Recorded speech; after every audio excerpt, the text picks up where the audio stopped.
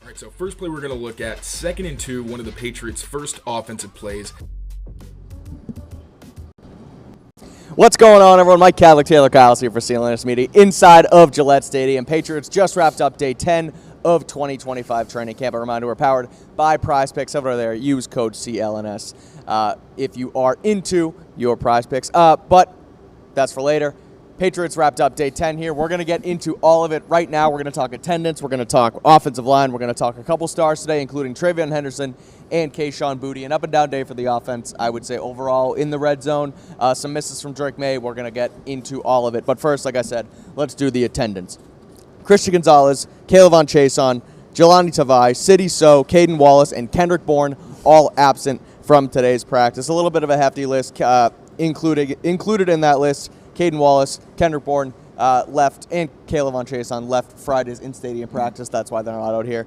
Some injury updates from Mike Vrabel included Christian Gonzalez, Carlton Davis not expected out here this week, and neither is Kendrick Bourne. So we'll get into all that in a second, what it means for the wide receiver room. But in general, your thoughts on the attendance and kind of what we saw from a health standpoint going into today's practice on Monday. I mean, it's rough. The depth is really being tested at corner, on the offensive line, at wide receiver. And actually at wide receiver, I'll be honest, Kendrick Bourne being out specifically feels like it's really going to hurt him. Kind of reminds me of a Jelani Tavai situation where Jelani Tavai is in a pretty crowded room where there's a lot of talent and guys who could step up. And he was kind of fighting for a spot as someone who's been here for a while, but with this new system, obviously with Kendrick Bourne, he's been with Josh McDaniels before, but you got a lot of young guys in that room on top of the older veterans they already added. So it might not be great for Kendrick Bourne. You're hoping he can get out on this field sooner rather than later and make an impression in the preseason. Otherwise, I don't think it's going to be very good for his roster chances. Yeah, I want to touch on Bourne a little bit more in a second, too, just when we go through the entirety of the wide receiver room with a Kayshon Boutte day, which was pretty solid today. But Terrell Williams, defensive coordinator, also goes down today. He had to be taken off the field. We heard from Patriots PR after the fact. They told us that he was treated for dehydration and that they're being extra precautious given the health situation he went through this offseason. So he'll be okay. He will be okay. They said he will be okay. Again, a scary situation given where he is on the hierarchy of the defensive coaches and that he's kind of been in and out. But we'll keep an eye on it. Like you said, we'll hope he'll be okay. Zach Core takes over in that role today, and he was a head coach in the scrimmage actually last week. So they've really been leaning on Zach Core as that sort of second-tier defensive coach with Williams out. And then a couple more injury notes. Morgan Moses and Marcellus Dial both leave practice early. Morgan Moses feels like another one of those sort of I didn't notice if he got actually injured or if he was just kind of coming out because they've worked him out of the lineup over the last 2 weeks. But Marcellus Dial gets carted off after what looked like a non-contact injury, so we'll keep an eye out there. But thoughts on Dial there and kind of what we saw from him, and he's had a pretty good start to camp so far. It was really unfortunate because Dial's a guy who's got some inside-outside versatility for the Patriots. Figured he was going to make the team because he's one of their top special teamers. He's typically the gunner opposite Brendan Schooler, and also just a guy who has a lot of energy. And just when these injuries happen, you really just sucks for the player because Marcellus Dial always has a great attitude, works his butt off. Again, he's on defense and special teams, so he doesn't really get a break necessarily. Right. So it did kind of stink. It looked like the trainers were looking at his left leg. We don't want to make any speculations, obviously, on what the injury is, but just hoping for the best for him, a guy who, he had his ups and downs, but he was competitive this summer. And again, like I said, was someone you expected to be on the roster. But, unfortunately, that's how the game goes and just opens up opportunities for other guys to potentially step up. All right, let's hit that wide receiver room, Taylor. We talked about Kendrick Bourne and how, again, it feels like he's sort of, I don't want to say on his way out just yet. There's a lot of camp left. There's a lot of things going on. But outside looking in for sure. 100% missing the rest of the week with Mike Vrabel said he got rolled up on in that in-stadium practice on Friday. So, and when he did, I was looking down when he was on the bench. He kind of took one of his, I think it was his left shoe. Yes. And they were looking at it. So just for clarification on what exactly happened, he sat down, looked like he was in good spirits, like KB always is. Right. But clearly, if he wasn't at practice today, it was significant. So let's hit on the rest of the wide receiver and then as it relates to KB, what it may look like moving forward, because Kayshon Boutte continues to be in that top rotation as the X receiver. I noted that the first grouping in an 11-on-11 period today was Boutte, Kyle Williams, and Pop Douglas. Immediately next play comes in Stephon Diggs, Mac Hollins, and Pop Douglas again. So those kind of five guys are looking at that top tier looking like the top-tier wide receivers clearly, and then there's kind of a gap there. But what have you seen from Kayshon Boutte? Because I know we spoke, off the air, obviously, after practice, saying how he's just been Mr. Consistent this entire camp. Someone who has had an up-and-down career from, his first 2 years going into the year 3. He's always seemingly getting open. He's been consistent. I know you have you've kind of had a thought on what he looks like right now. So I want to give the floor to you on Kayshon Boutte and what his stance looks like in this receiver room as we're 10 days into camp. Yeah, so Kayshon Boutte, and that whole X receiver position has clearly been a battle. Kind of like left guard, not so much now that Jared Wilson's kind of locked that down, but a spot where you've seen a lot of rotation. They're clearly trying to give guys opportunities. Now, Kyle Williams is the player you think they want there because of his route running like today. He dominated in one-on-ones, was unguardable against depth guys, and also shook Alex Austin on what looked like a corner route to get wide open. So you'd like Kyle Williams to eventually be that one-on-one separator. We also saw Matt Hollins, a guy who said that, he just wants to be as useful as he can, lining up in every spot, including the Y or tight end position, as we saw kind of later on in practice. But Kayshon Boutte has been the most consistent player at that position, and I don't think it's been close. I think today DJ James had a really nice play, kind of smothered Kayshon Boutte on an end zone fade. Those are kind of 50-50 balls, so being covered isn't necessarily a knock on Boutte, but that was the only time I can remember somebody defending him in a way that was convincing, and I look at it and I'm like, oh, wow, okay, because Boutte has been at the point of attack and consistently grabbing passes even when there's guys on his hip. Obviously, it'd be nicer if we can continue to see his battles with Christian Gonzalez, but before Christian Gonzalez went down, Boutte beat him on a couple reps in the red zone. Today, he's making plays in red zone. He beat Marcus Jones twice. One, I believe, was on an outbreaker and got wide open. Then there was a slant where Marcus Jones actually had good coverage, but Boutte caught it, even though it was contested. And that's what we've seen. I keep saying it, but Boutte's been a guy where in other summers you see him make a lot of good plays, but kind of like what we've seen from Javon Baker, where there's also the plays that kind of detract from those positive days, so you can't just give him that gold star. Pretty much any time I've seen the ball go Kayshon Boutte's way, it's been one of those gold stars, and he really emphasized that today with, I mentioned DJ James earlier, smothered him on an end zone fade. He made up for it, though, because on the last rep of team drills when they were down in the low red zone for the starters, there was another play where DJ James had very good coverage, and there was really quick pressure, and it's fourth down, so you got to get the ball out. Drake May looked like he was getting ready to scramble, saw Boutte, and was like, you know what, I'm just going to chuck it and give my guy a chance. Boutte showing the toe drag swag to get both feet in bounds, at least according to the offense, and most of the people who had a good view on it, because the defense did not agree. He had DJ James on his back and managed to stay in bounds and make the catch for what would have been a clutch touchdown. And that's kind of been the MO for Boutte. We saw it during the scrimmage. He had 2 catches during an end of half period, and that's where he excels. His situational awareness and his clutch factor have really been impressive, and it's been awesome to see. I still think it's going to be a rotation. I don't know if Boutte's going to be the kind of starter that never comes out of the game, but in that kind of sacrificial X role where those guys aren't featured, but when they get their opportunities, they got to make those plays. I think he might be the best guy they've had there since Brandon LaFell. Now, not a super high bar there since Brandon LaFell was last year, but really, I've been so impressed with what I've seen from him as someone who doesn't give you that vertical speed that you typically want from an X receiver, but he's physical, he's no nonsense, and he wins at the catch point. I've just been, I don't want to say over the moon, that may be a little bit much, but so impressed with Kayshon Boutte's consistency. He's really taken a turn in this year 3, and I like how you mentioned the situational awareness too, because we saw some of that last year in game, end of half. Drake May's giving him a chance on the sideline, and Boutte comes down with it. But you've seen it over and over again throughout this camp. He's getting open across the middle. He's getting open on some go balls, and today, 4th and 3, got to have it. Drake May gives him the ball, and Boutte comes down with it. So really good stuff with him so far. On that note, receiver room as a whole, 10 practices in, obviously no games yet. We had the one scrimmage. If you had to guess, if you had to kind of calculate it out, what does the Patriots receiver room look like week 1? Who makes the team? Who doesn't 10 days into practice? So I think, like I said, X is going to be Kayshon Boutte. I think he's pretty much a lock unless somebody wants him in a trade or something because, again, they're developing Kyle Williams to take over that role. But I think it's going to be Boutte. Matt Hollins will factor in at all the spots, like I've said, and Kyle Williams. Then Demario Douglas and Stephon Diggs are your 2 pretty much locked-in starters. From there, I'm thinking Efton Chisholm because it seems like he's gotten some pretty significant reps. Like you saw him with the top offense at times, along with Kyle Williams. Then I think Kendrick Bourne is probably on the outside. So how many do I have there? I got 6. I got Stephon Diggs, Kayshon Boutte, Pop Douglas, Matt Hollins, Efton Chisholm. You missed one. And Kyle then Williams? obviously Kyle Williams. And then obviously even Jalen Polk and Javon Baker. If I had to pick between those 2 guys, so you're probably saying Kendrick Bourne isn't on the roster. Sure. I might have to go with Javon Baker. Now, he hasn't been as consistent. Jalen Polk hasn't had quite as many highlight plays as Javon Baker's had, and I will say I haven't seen any glaring mistakes from Jalen Polk, which is significant, and you got to give him his credit after he missed practices. 4-0 in one-on-ones today as well. Exactly, and it was against a couple were against Brandon Crossley, like it was against depth guys, but still you saw a depth guy right now too. So he is. yeah. And you saw the physicality in his route running. He went over against Crossley and went up and snagged one. Also just clean beat Isaiah Bolden and Marcellus Dial on slant routes. So again, the consistency's been there. But I got to say with Javon Baker, he did have one play where it looked like he had the ball and Crossley kind of punched it out. Yeah. Crossley, I'm saying his name a few times. He's another guy kind of like in that vein of G.J. James, taking advantage of some opportunities. But Javon Baker also dominated. I think he caught 3 straight touchdowns from Joshua Dobbs during 7-on-7s.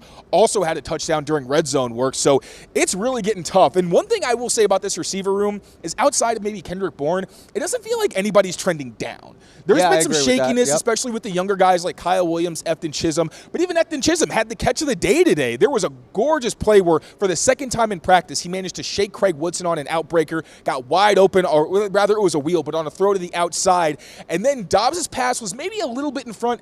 Efton Chisholm jumped and laid out to make a diving catch. Extremely impressive. Again, my highlight catch of the day. And there was also some moments maybe he didn't capitalize on. It looked like there was a throw in the back of the end zone where Jobs threw a little bit behind him, but he still had it. It got punched out. And also a play where he found a soft spot against zone coverage right along the sideline. Dobbs tried to give him a ball. It was another high-difficulty play where he tried to get his feet in and couldn't. Higher difficulty reps again where I thought maybe he could have done better. But Chisholm's making plays as well, and you can see these guys are having growth. They're making plays, so it's really going to be competitive. This is the most intense wide receiver battle I've seen from this offense. Now, no studs, right? You don't have that like Jamar Chase or T. Higgins or anyone like that. But I think you've got a crop of guys who, if you plug them in, they could at the very least be impact players for you who may also have their ups and downs. But among the veterans, I've seen a lot of consistency. Yeah, it's definitely 53-man roster projection season after last week's practice. I think pretty much everybody started to put out their first versions of camp. And Mark Daniels from Mass Live tweeted earlier today, like, it was one of the hardest he's had because the roster is so much better than it has been in years past. Depth. Yeah, there's real depth. Most spots. Like you said, at wide receiver, too. It's not like we're debating on guys who, well, this guy's been a little bit better than this guy this week, but this one was worse, whatever. Like, they've all been playing well besides Kendrick Bourne, who has kind of been iffy, and then obviously the injury factors in, too. Javon Baker, you mentioned, really nice high point, mossed Kobe Minor at one point, and it was either 7s or 1s. But it's not the first time he's done that. No. He's had like 3 of those at least in this summer. Right, a good connection with him and Josh Dobbs. So they're making it interesting at the back end. I just wonder 6 spots if Chisholm continues to get those reps closer to the starters with guys like Demario Douglas and at the Z spot with Kyle Williams. It's going to be interesting, and they're going to have some decisions to make. Obviously, Wednesday's practice against the Commanders is going to give us a lot more data. Against another team, how do they start going up against players that aren't on their own team? So we'll see what happens. But wide receiver, definitely a fun competition to watch throughout these next couple weeks of camp. I actually got a question for you, and I can give my input too. Okay. So we think Mac Hollins is probably a roster lock. Because, one, he is fluent in the Josh McDaniels offense. Again, the flexibility that we saw is something we haven't really seen from other players. And I think there's also a certain relationship he has with Stephon Diggs. It's like these older guys who really can take over in the room. And, Stephon Diggs can be a mentor type, but we also know that, he's got his own personality and he's a little bit unique. So it feels like Mac Hollins, a guy who's told us that earlier in his career he was a bit of a hothead. Like, he always wanted to push people and get the best out of them. But there's also a degree to which you got to kind of rein that in. And he said, I think he mentioned having a daughter really kind of helped contextualize that for him. So I feel like there's an ebb and flow between those two veteran guys that does make sense. But with all these young guys kind of starting to step up, do we think he's as much of a lock? Like, would you cut a Jalen Polk or a Javon Baker and risk, or an Efton Chisholm, of course, and risk them ending up on waivers and potentially getting taken by another team to make sure you do have a veteran who can be a stable presence throughout the season? It's a good question because I think that, like you mentioned, the reason they brought in Hollins, it was much the reason was as much on field as it was off the field, right? He knows the system. He gets along with Diggs. He can teach these young guys how to come up in the league, right? So I think it probably depends on which younger player you're talking about. Like, I would want to keep an Efton Chisholm. I do think that he has shown enough in camp. I think, when you come in as a UDFA, other teams know, hey, he was one of our priority guys. The Patriots just got him. So if he does end up on waivers, another team's going to claim him, where someone like Jalen Polk, Javon Baker, who did struggle last season. Now, granted, they have had pretty good starts to camp. Polk's only been on here for a couple days now, but I do still see him as a lock, because of what he's been like off the field, rather, because he was asked today, too, or I think Mike Vrabel was asked today about him being in the room and not being on the field and what he's brought. He's still brought a ton to the table. Mac Hollins said he's been able to understand the offense, work with the younger guys in the film, and help those guys along. So I do think he's going to be here. They also gave him a pretty penny, too, as well, in the offseason. So I find it hard for them to cut him after paying him what they did. But it's a good point because there are some guys on the back end of the roster who have, made a point that, hey, we deserve to be here. Matt Hollins, a guy who on and off the field. So we'll see what happens, but I do think it's going to be hard for them to cut him. Yeah, in a reality where I would like to watch the preseason first. Like, obviously, that is where these decisions are going to get made. But let's say all of these guys have a great preseason. As much as I like Efton Chisholm, I mean, if you're a second-round pick and your fourth-round pick, a fourth-round pick who had earlier round talent but kind of slipped because of some, character and off-field things, whatever, as we know Javon at this point. Javon Baker story. I think, at that point you do risk Efton Chisholm on waivers because one thing I will say, he hasn't been quite as automatic in the last 2 practices as I feel like we give him credit for, and that's not insignificant because this is a very tight battle, and Jalen Pogue and Javon Baker, their draft status shows like they are higher caliber players if they hit their ceiling, and Javon Baker has the brain fart every once in a while. I don't think he's had a day yet where he's been really good and then didn't do anything that made you go, he was so close. But like I said, Pogue has been consistent, and it feels like we're starting to see the guy that we thought we were going to get last year, albeit because he's buried. He hasn't really gotten a lot of chance with Drake May or against starters, so the clip isn't there. But I think maybe if anybody's got to get pushed out, I would say Efton Chisholm, and then probably Javon because of the inconsistency. But it further emphasizes how impressive this receiver It's a much more fun conversation that we're having here than it was last year and in years prior. Last year we were like, I guess this guy can make it. Like, we were excited, but it felt a lot more like, we'll see what happens. This year it's just like, all right, if they keep on this trajectory, it's going to be fun. Yeah, it's for sure going to be fun. It's going to be one to watch us and move forward. Not talking as much about a KJ Osborne as we are like last year. So no offense, KJ, but no offense to KJ Osborne, but it's a more fun conversation. Guys are playing well instead of playing poor, and the reason that we're talking about guys getting kicked off the roster is because some guys are playing better instead of some guys not living up to where they were supposed to be. So we'll see where it goes. Again, a lot of preseason football left. We have some joint practices coming up as well to really give us some more data on the competition, but for now, it is a competitive one.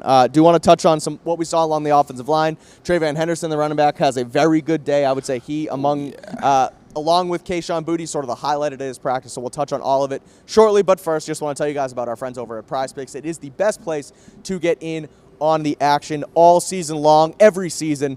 Women's basketball, baseball still going on, and of course, football is coming up. Preseason starts this week. We had the Hall of Fame game last week as well, but it is truly the best place to get in on the action. So head over there, use code CLNS. You get $50 instantly after you play $5, and all you got to do, you pick more or less on at least 2 player props, and you will have a shot to win up to 1,000 times your cash. It is the best place to get in on it. So head over there today. Again, that code is CLNS. You get $50 instantly after you play $5. PrizePicks, run your game. Believe the Red Sox are back on tonight. They have won 5 straight, I believe, out of the since the trade deadline. 4 or 5 straight, I forget, but they're rolling once again. So if you're into the Sox and you want to go get on the action, head over to PrizePicks and do it over there. Offensive line, Taylor, shaky in 11-on-11s, a lot of sacks. Run game wasn't great. The defensive front clearly won in the run game. Some notes, Garrett Bradbury returned after being out for a couple days. Cole Strange was back at center. Yeah. Fedarian Lowe comes back off the PUP list. A lot of shuffling going on. Ben Brown taking guard reps for I think the first time we've ever seen, at least in a Patriots uniform. So what do you make of the offensive line, where it's at right now? Jared Wilson talking after practice. He, first of all, is a great quote, very mature, head on his shoulders for someone who's only a rookie. And him and Will Campbell have a lot on their plate as 2 rookies on the blind side of Drake May, but they're both taking it on the chin. I think Campbell had a little bit better of a day today. Keon White spoke about Will Campbell today as well and saying how kind of what Will Campbell said after Friday's practice. He doesn't take it as wins and losses. He takes it as wins and learning experiences and continues to lean on those guys along the defensive line. So where are you at the offensive line? Are you worried moving forward, or is it still just learning, still early in camp, and we'll kind of see what happens with it? Well, starting off with Will Campbell, obviously 4th overall pick, very important. I will say it looked like with Keon White, it looked back and forth. So first, I will give him credit because last week, longtime teammate Braden Swinson beat him clean on an inside move, decisive win. Today, Swinson tried the same thing. Will Campbell was ready for it and shut him down. That's the kind of thing I think Keon White has mentioned where, one, he credited Campbell and said he doesn't put his head down, right? He doesn't shut down and get nervous when he makes mistakes. He asks questions. He wants to grow, and that's that maturity that I think was sold Mike Vrabel and this team, knowing that, like, this is a very mature kid who, he's going to go through struggles. Every rookie's going to go through struggles. It's about whether or not you have the mental toughness to take those and improve and not make the same repeat errors. It did seem, though, like Keion White, they had 2 one-on-one reps. Keion clearly beat his hands on the first one. The second one, I know myself and Evan Lazar, we literally had different perspectives. Evan, I think, was higher up, and I was kind of closer to the field, but very far away. I thought that Will Campbell managed to keep Keion White and get him around the pocket, but Evan said that he thought that Keion was able to kind of flatten and get some pressure. So I asked Keion actually after practice, like, just so we're reporting it right, did you win that last rep? And he was like, I don't know for real. Like, it's not really that important. I don't really know when I win or lose reps during these drills, which also takes some of the pressure off us. 100%. And also good for all y'all at home to know, like, we do our best, but it's very hard out here. Even the guys who are doing these drills don't always know whether or not they won or lost. But again, it comes back to whether or not Will Campbell lost. It wasn't a decisive loss. That's the biggest thing for me, at least from my perspective. In Keion White, who goes up against him every single day, they typically line up on the same side, even though Keion White has some positional versatility. And the fact that he mentioned the way that Campbell's able to rebound, because I understand that it hasn't been maybe the summer that people wanted from Will Campbell. Right. We know he's a great run blocker. And as we should have known going into this summer, he's going to be up and down as a pass protector. That's not abnormal for rookie left tackles, no matter how highly they're drafted. Like, even generational players are going to have some trouble with the speed of the NFL. And we know that Will Campbell's going to have his deficiencies. We can act like the arm length and the width of his shoulders or whatever are completely irrelevant, but they're not. And they are things that he's going to have to learn to adjust to. So that's going to be a learning moment. I don't think we're anywhere near having to hit the panic button. It's just that Josh McDaniels is going to have to scheme around him. And frankly, there's no one better, right? You're not putting Bedard low out there. You're not signing somebody off the street. You pick this guy with the 4th overall pick. He might struggle, but it's up to the offensive coordinator to put him in the best positions to succeed. So just wanted that on Will Campbell. I wasn't watching him closely throughout practice, didn't see any other glaring losses. But even if he doesn't meet people's expectations early, I want it to be known that, yes, he is going to struggle. Just got to see how he's able to grow and rebound from those things. And they're quickly, before you touch on the other guys, they're not really moving him around, right? They're not saying, well, you're not a tackle. It's been 10 days. Kick him inside. He's not been benched for a guy like a Demontre Jacobs or a Marcus Bryant behind him. They're not saying get off the field. They're letting him learn. They're letting him grow. And the Keion White point on one-on-ones is very interesting, how we look at it as competition, who won, who lost. They look at it more as let's kind of hone in on our craft and what move can I make here and what can I learn from. And you mentioned the Braden Swinson rep where he beat him last week, tries the same thing, and Will Campbell learns from it. So I really like that perspective on it. And no, it's not insignificant, the arm length, the shoulder broadness, what have you. But he's going to hopefully learn. He's going to grow. It's been up and down, but that's what you expect from a rookie, even as a 4th overall pick. So no panic button yet. We'll keeping tabs on it, but I think that perspective from Keion was definitely important. Absolutely. Then moving down from the left side down to the right, Jared Wilson, when we got to speak to him, one, he did acknowledge, like, yeah, me and Will are going to be rookies on the left side, but we're ready for the challenge and we're looking forward to it. I was also able to ask him about his awareness against line games, because anytime they try to stunt Jared Wilson, it feels like he sniffs it out immediately, which is something you expect from a center. Like, that is a very high IQ position. And I asked Jared, like, what do you exactly attribute to that? He's like, man, I was in the SEC where you see weird stuff every week. Sometimes it doesn't make any sense, but just that experience helps. But that there's a greater emphasis on technique now that he's at the NFL level, where in college maybe you just get a shot on a guy and then you pass him off. Here, your technique needs to be on point because these guys are going to be a step ahead of him as a rookie.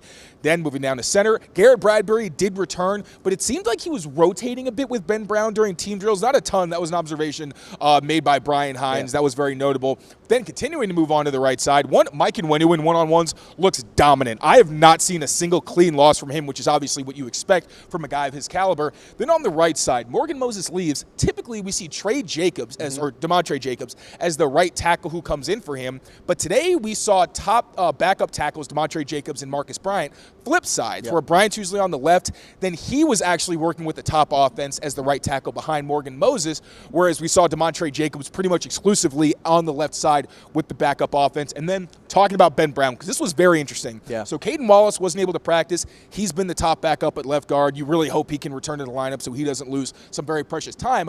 Instead of seeing Cole Strange at left guard, though Cole Strange stayed at center, Ben Brown was at left guard. That got me thinking, okay, why is Cole Strange not there?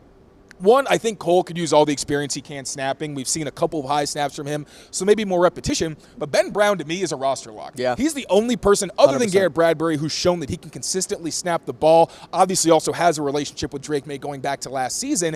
And one thing that I had Ben Brown making the roster a while ago, particularly because we didn't know what Jared Wilson's status was before we got back for the summer, but it's hard to roster a one-position player, right? If you're only playing center, yes, it's valuable because you're snapping, but it's tough if you can't play anywhere else Whereas a Jared Wilson knows all three positions. Caden Wallace has kind of played at different ones, even Cole Strange.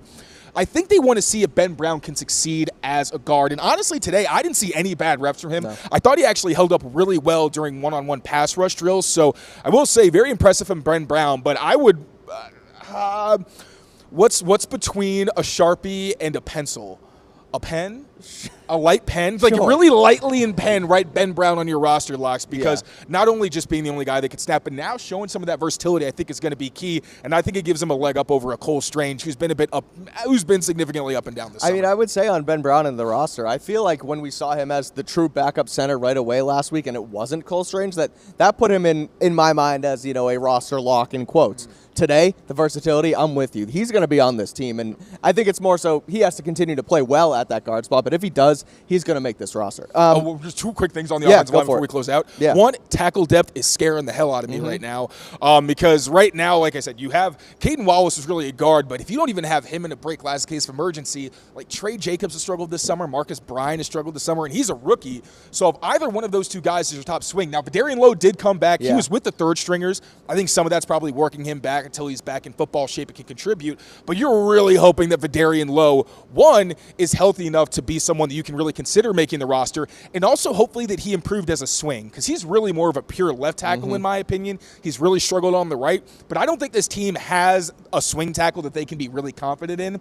Another depth issue, this one on the interior, I noticed that at times Ben Brown wasn't at left guard. They would rotate with Tyrese Robinson, I think because Ben Brown was working in with the starters, but at the right guard spot, it was Leighton Robinson. We saw Mekhi Butler, who hasn't played much at all, which just another concerning sign for Leighton Robinson, the guy who I was really excited about going into this, not even the summer, the spring, and we've really seen he's buried on the depth chart. It was pretty alarming to me that he was not with the second-string offensive line, even though we were seeing guys that we don't usually see with that unit. Yeah. How worried are you, quickly, before we move on to TreVeyon Henderson and close this thing out, how worried are you about Morgan Moses on that right side? Do you think it's more working him back, 34-year-old, want him to be able to stay healthy down the stretch so they're easing him in, or do you think this is something to kind of be wary about with him constantly being on and off the field this whole time? Definitely wary, because he's clearly on an aggressive pitch count, just like Carlton Davis, and Davis is a guy who's battled injury pretty much every year.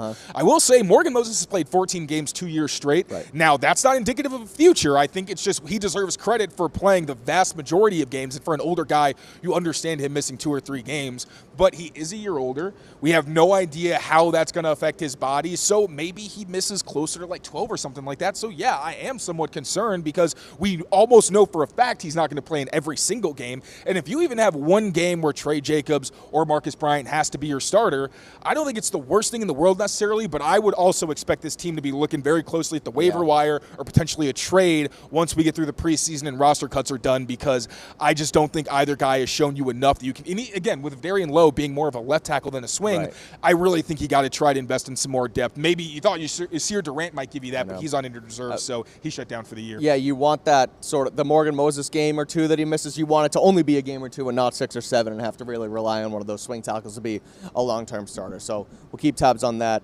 as they move forward. Let's close on this.